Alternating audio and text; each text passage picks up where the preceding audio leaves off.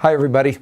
Didn't the young men do a great job sharing God's Word with us this last weekend? I'm just thrilled with truths from Psalm 1 and learning how we can be blessed. If you remember back, it was a pretty straightforward presentation, and it is a great introductory to all of the Psalms, highlighting the power of God's Word to bring blessing. First, by avoiding all the bad advice that's out in the world, and then secondly, by pursuing godly advice.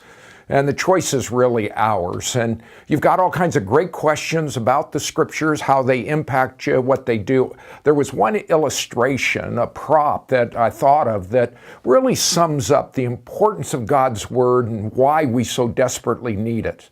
It's really just a piece of screen. And it reminded me, this is a screen that would go on a window.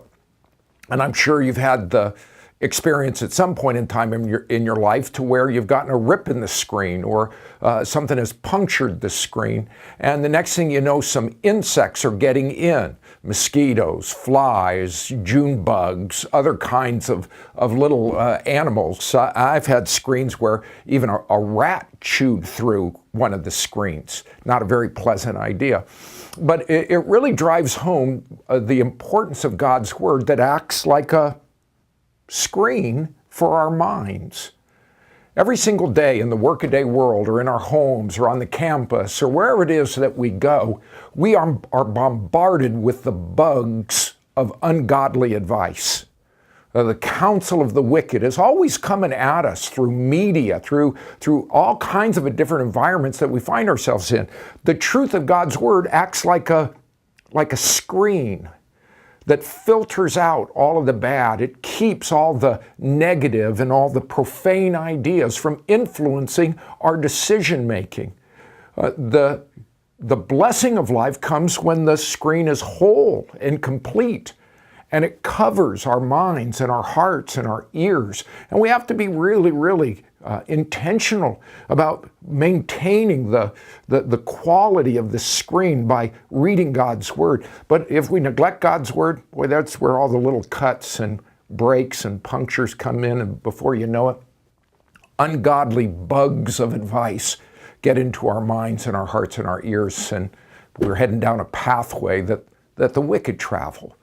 And we don't want to do that. We have a choice, as we summed up over last weekend.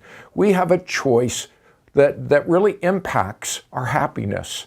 And I pray that you'll have this opportunity even tonight and this morning, or whenever it is that you're meeting, that you'll have the opportunity to interact around God's Word. You've got some great questions in front of you, but to reaffirm your commitment to the truth of God's Word and memorize some of the scriptures that we've gone over in Psalm number 1. So enjoy your time together. I'm thrilled that you're continuing to champion this biblical quality and character of connectedness.